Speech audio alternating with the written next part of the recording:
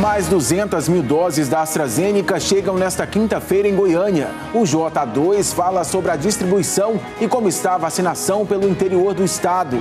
Governador Ronaldo Caiado disse hoje que as aulas presenciais devem voltar em agosto. Dados da Secretaria Estadual de Saúde mostram que Goiás já registrou mais de 50 mortes de grávidas por Covid-19. Em 90% dos casos, os bebês também não sobrevivem. Prestou depoimento no começo da tarde a garçonete de Anápolis, que diz ter sido vítima de injúria racial. É agora no Jornal Anhanguera.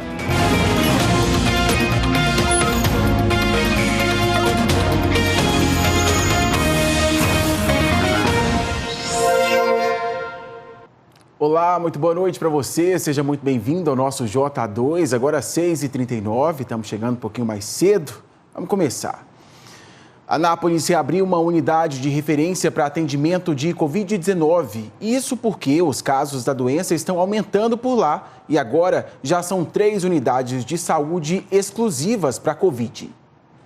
Com 190 casos de Covid-19 diagnosticados nas últimas 24 horas, Anápolis acendeu o sinal de alerta. Como está ocorrendo um aumento no número de casos de Covid, pessoas que estão apresentando sintomas, e concomitantemente também os outros síndromes respiratórias aguda grave, que é o momento sazonal para isso, né? Então, nós achamos por bem desafogar o atendimento da UPA Alair Mafra e da unidade de referência Covid Parque Iracema. Então, nós abrimos mais uma unidade. A Unidade Básica de Saúde do bairro São José voltou a atender nesta terça-feira exclusivamente quem tem algum sintoma gripal e de Covid. A unidade já tinha sido referência no atendimento para pacientes com suspeita de coronavírus no ano passado. Além do aumento de novos casos, a ocupação de leitos, segundo o secretário de Saúde da cidade, também cresceu. Saiu do patamar de 40% há 14 dias para a casa dos 60% em UTIs.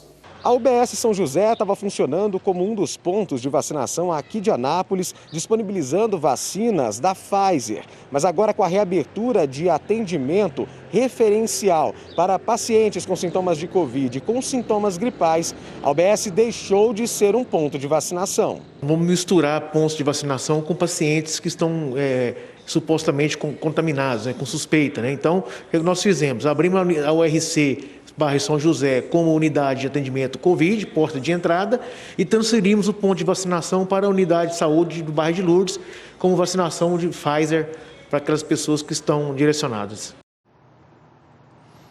Parte das 79 mil doses da vacina contra a Covid que chegaram hoje em Goiás foi distribuída pelo avião do Corpo de Bombeiros. As vacinas foram transportadas para Porangatu, Posse e Campos Belos. 3.510 doses foram entregues às secretarias de saúde dessas cidades para a imunização dos moradores. Deixa eu te contar agora que um homem foi morto a tiros no centro de Uruana, a 140 quilômetros de Anápolis. A Polícia Civil está investigando e não descarta nenhuma hipótese de motivação para o assassinato.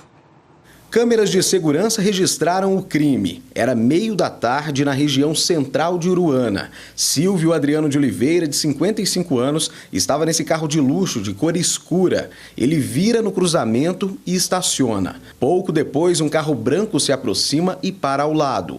Nessa hora, alguém de dentro do carro branco faz 2 disparos contra Silvio. As pessoas na calçada se abaixam e correm quando escutam os tiros. Silvio morreu no local. Testemunhas disseram que tinha mais de uma pessoa dentro do carro de onde partiram os tiros. Já se sabe que a vítima era agiota. Ele emprestava dinheiro a juros na cidade de Uruana. Segundo a polícia, ele tinha passagem por porte ilegal de arma de fogo e uso restrito. A Polícia Civil já tomou as medidas criminais cabíveis, como oitiva de testemunhas, procura de imagens de circuito de câmera que possam ajudar a elucidação dos fatos, bem como outras diligências sigilosas, partindo do princípio que nenhuma linha de investigação está descartada. A gente espera em breve elucidar esse crime e dar uma resposta satisfatória para a sociedade. Um homem de 22 anos morreu enquanto fazia a poda de árvores em uma fazenda de Vila Propício, no Vale do São Patrício. O Tiago Costa já está aqui ao vivo com a gente de Porangatu. Ô Tiago, o que aconteceu, hein? Boa noite para você. Boa noite, Tiago. Boa noite para quem acompanha a gente. Uma fatalidade, né? Esses dois homens estavam trabalhando no corte de árvore ali no município de Vila Propício, no corte de eucalipto, quando um deles acabou dizendo para o colega, a vítima, Jamerson Batista Ribeiro, de 22 anos, se afastar um pouco, porque existia o risco da árvore acabar caindo sobre a vítima. A vítima disse que estava tranquilo, que não tinha esse risco de cair, porque estava aproximadamente 20 metros de distância, mas não foi o que aconteceu. A árvore acabou caindo sobre a vítima quando o colega passou a motosserra no eucalipto, que tentou correr desse tronco que estava caindo, mas não conseguiu. O outro colega até foi até o município de Vila Propício, tentou buscar socorro, mas quando o socorro chegou, infelizmente, o colega já estava sem vida. Fatalidade, né, Tiago, ali no município de Vila Propício. Com toda certeza, obrigado por sua participação. Uma notícia triste e a gente tem outra aqui. Um idoso de 72 anos morreu depois de ser atingido por um pilar de concreto em Tumbiara. Ele estava reformando uma casa do setor Afonso Pena e rapidamente os moradores dessa casa chamaram o SAMU. Mas quando o resgate chegou, o idoso teve uma parada cardíaca. A Polícia Civil vai ouvir o homem que estava trabalhando com o idoso no momento do acidente. E uma carreta tombou hoje de manhã na BR-452, perto de Santa Helena, no sudoeste do estado. Os bombeiros disseram que o motorista perdeu o controle do veículo e saiu da pista. A carga de soja ficou espalhada pela rodovia. Felizmente, ninguém se feriu. A soja já foi retirada e o trânsito liberado. Prestou depoimento no começo da tarde a garçonete de Anápolis que diz ter sido vítima de injúria racial. O Eduardo Daló está acompanhando essa história e traz ao vivo agora todos os detalhes. Oi, Eduardo, boa noite para você.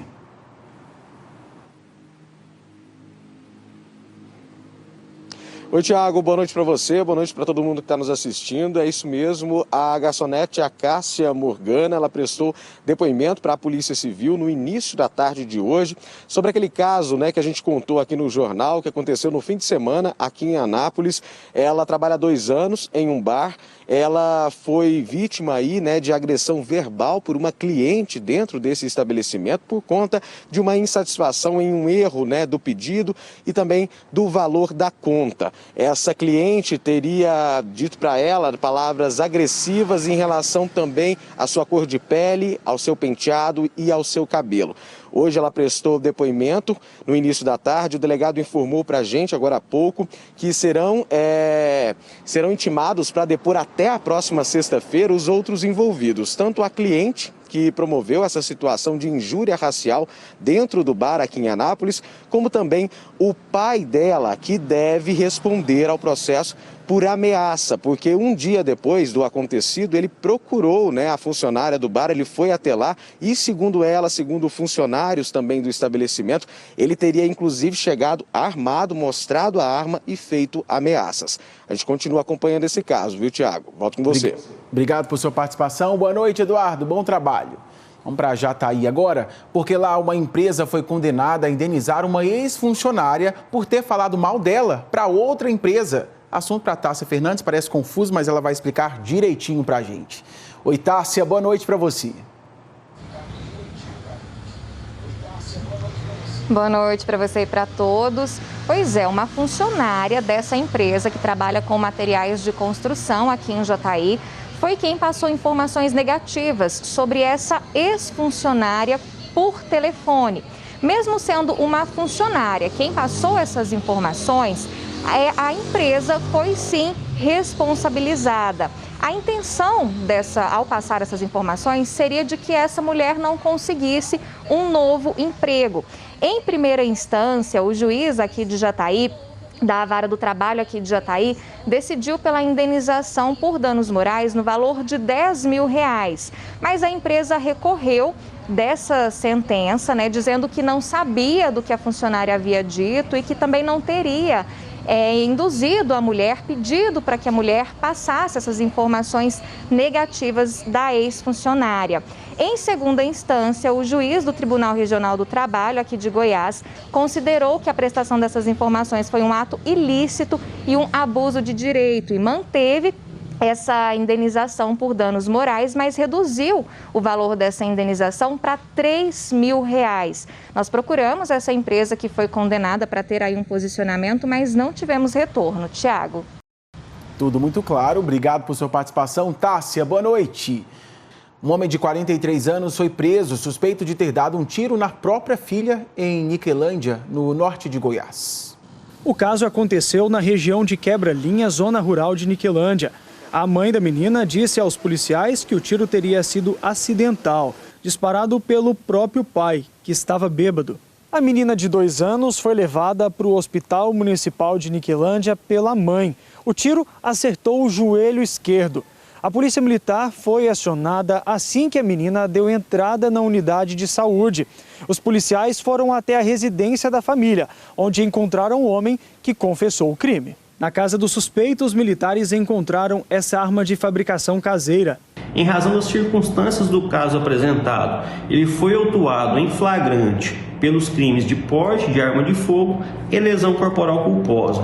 Após autuado, ele foi recolhido ao presídio local e sua prisão foi comunicada ao Poder Judiciário, estando ele atualmente à disposição do Poder Judiciário. Sobre a garotinha ferida pelo tiro, ela teve alta hoje pela manhã. Voltar a falar de vacinação, porque pessoas de 40 anos ou mais, sem comorbidades, devem começar a ser imunizadas em Lusiânia com doses da Xepa. Mas para isso, é preciso fazer um cadastro. Eu vou chamar o Danilo Moreira, que tem informações sobre como vai funcionar esse cadastro. Conta tudo, Danilo. Boa noite. Oi, Tiago, boa noite para você também e para todo mundo que está ligado com a gente aqui no J2. Exatamente, esse formulário foi divulgado agora há pouco, no finalzinho da tarde, pela Prefeitura aqui de Lusiânia. O que isso quer dizer? Que pessoas com 40 anos ou mais agora vão ser imunizadas aqui em Lusiânia, mas com as doses da Xepa, viu? O que isso quer dizer? Sobraram doses aí no final do dia, a pessoa então pode receber uma ligação da Secretaria Municipal de Saúde, sendo chamada então para receber o imunizante. Esse formulário está disponível lá no site da Prefeitura, que é o www.lusiania.go.gov.br. Lá no finalzinho da página tem um formulário, a pessoa escolhe aí o posto onde ela quer receber então esse imunizante, sobrando dose, a pessoa então pode receber essa ligação da Secretaria Municipal de Saúde. Ao preencher esse formulário, não quer dizer que a pessoa vai receber aí de imediato a vacina. Se tiver dose disponível, então ela recebe então essa ligação. Hoje, inclusive, o estado de Goiás recebeu aí uma nova remessa de vacinas contra a Covid-19. Eu e o repórter cinematográfico Francisco Oliveira, nós preparamos uma reportagem falando sobre a distribuição dessas doses. Vamos ver. Os municípios de Porangatu, Posse e Campos Belos receberam 3.510 doses que vieram de helicóptero, cedido pelo Corpo de Bombeiros. Como a distância da capital até as cidades do norte do estado é grande, o transporte aéreo foi a alternativa encontrada. Já em Lusiânia, as doses chegaram em um caminhão refrigerado e estavam armazenadas em uma temperatura de 2 graus. É a primeira vez que o município recebe doses deste imunizante.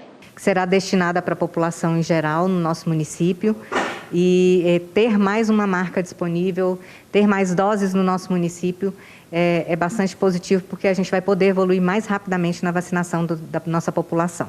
A Secretaria Municipal de Saúde aqui de Lusiânia recebeu 5.510 doses de vacina da Pfizer, que devem começar a ser aplicadas nesta quarta-feira. A expectativa é concluir nesta semana a imunização dos grupos prioritários, para no próximo sábado dar início à vacinação por idade de pessoas com 50 anos ou mais. Essa semana estamos vacinando públicos específicos como a população privada de liberdade, população em situação de rua, e também todos os trabalhadores de educação. Esperamos findar até sexta-feira esses grupos específicos e aí no sábado vamos lançar um grande mutirão de vacina em que a gente vai contemplar a população em geral na faixa etária de 50 anos ou mais. Outras cidades do interior também receberam a vacina da Pfizer. Em Itumbiara, no sul do estado, as doses estão na Regional de Saúde. São 1.160 doses. É a primeira vez que doses da Pfizer são enviadas para o sul de Goiás. Todas elas serão para o município de Itumbiara. Em Rio Verde chegaram 3.510 doses da Pfizer. 30% dessas doses serão usadas em trabalhadores das indústrias e 70% seguem sendo aplicadas na população por faixa etária. Jataí recebeu hoje 1.070 doses da Pfizer. A vacina vai ficar na regional de saúde e todos os dias o município deve retirar a quantidade de doses que serão aplicadas.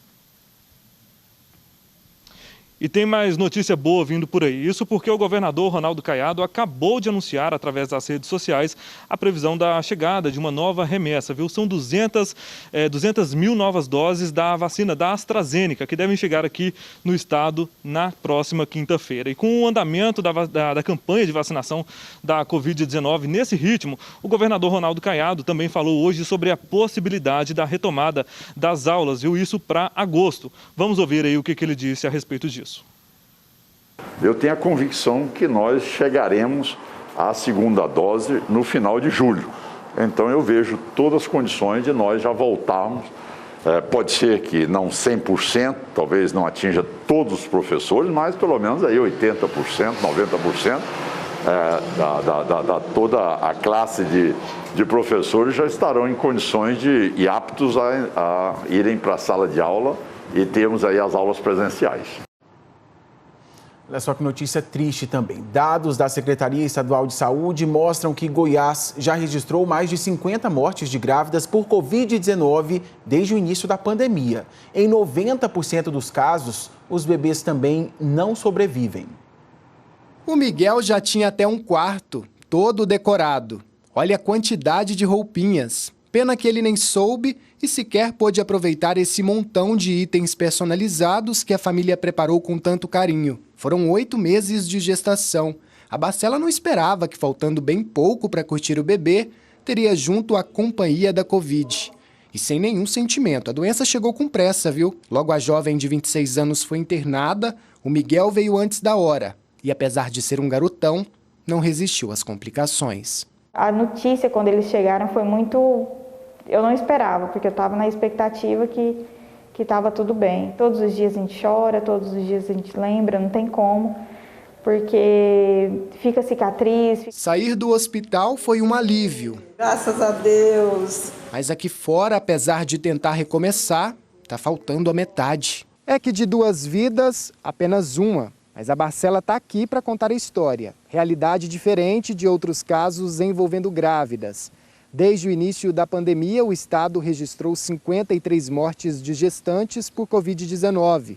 Os números também mostram que mais de 2 mil mulheres do grupo já se infectaram. Quando a paciente chega aí para UTI com Covid, esse quadro bem mais grave e a maioria das vezes a gente não consegue uma resolução. Essa médica explica que a baixa imunidade não só das grávidas, mas também das mulheres que deram à luz recente, é um dos fatores que deixam elas mais suscetíveis a complicações da Covid-19. O medo maior durante a gestação é de complicação diretamente para a mãe e essa complicação repercutir no sofrimento fetal. Os cuidados que a identificação desse recém-nascido, se ele é positivo ou não, é feito ao nascimento, né, é feita a testagem, e o que deve ser feito é o afastamento.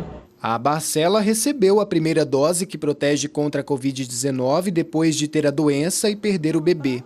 O desejo é que mais pessoas tenham a oportunidade de acesso à imunização e que histórias como a dela não se repitam. Chega para todo mundo. Eu ando com medo de tudo, porque querendo ou não fica aquilo, porque quem passa na dor sente. É isso. Olha, na região de Anápolis e no Vale do São Patrício, pessoas de 50 já estão sendo vacinadas contra a Covid. E já tem cidade vacinando quem tem 45. Em Anápolis, teve fila. Valia guarda-chuva, panfleto e até a beiradinha de sombra do muro para se proteger do sol quente no início da tarde desta terça-feira. Ficam lá revezando para não ficar no sol. Com o início da vacinação para quem tem mais de 50 anos, a fila no postinho da Vila Santa Maria de Nazaré dava volta no quarteirão. Na tenda da vacina, só uma enfermeira aplicando as doses. Seu Edson reclamou. Desde as 9h15, 9h20 que eu estou aí. Tem uma pessoa fazendo a ficha e uma pessoa vacinando. Agora você imagina, olha como é que tá sol. A prefeitura ainda anunciou que abriu o cadastro para pessoas com mais de 40 anos. Só que o início da vacinação desse novo grupo vai depender da chegada de mais vacinas.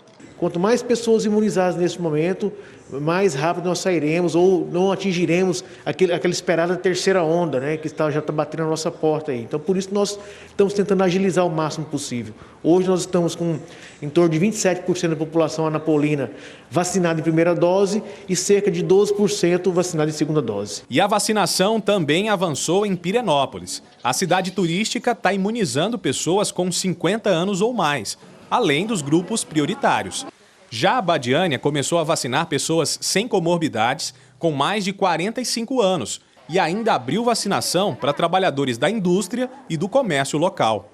No Vale do São Patrício, Morro Agudo de Goiás e Itapaci também começaram a vacinar pessoas com mais de 45 anos e continuam vacinando os grupos prioritários. Nós estávamos vacinando 50 anos mais na quarta-feira.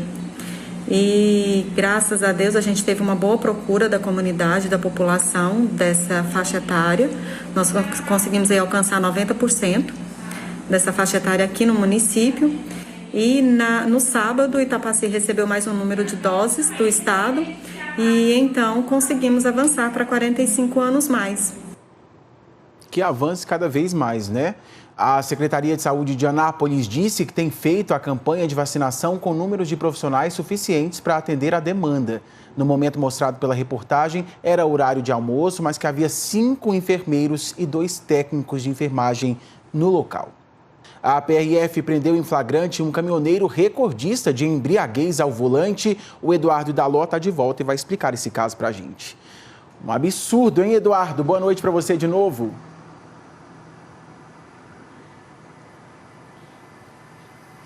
Oi, Tiago, boa noite para você, boa noite novamente para todo mundo que está assistindo o J2. Pois é, um caso absurdo, um caso ainda de recorde nas rodovias federais goianas. Esse motorista é um motorista profissional, ele estava dirigindo um caminhão, ele tem 37 anos, ele foi preso em flagrante, ele estava vindo entre Goiânia e Anápolis e aí ele parou, né, naquele pedágio, na praça de pedágio que tem entre Goiânia e Anápolis e ali ele não quis seguir com o caminhão, se recusou a pagar a tarifa, estava atrapalhando a passagem de outros veículos e aí funcionários da praça de pedágio acionaram a Polícia Rodoviária Federal, que foi até lá, pediram para ele soprar o bafômetro e olha só, fizeram o teste do bafômetro e constataram o maior teor alcoólico já registrado nas rodovias federais goianas nos últimos 10 anos. O resultado do teste deu 1,72 miligramas de álcool por litro de ar, valor 5 vezes maior do que o considerado pela lei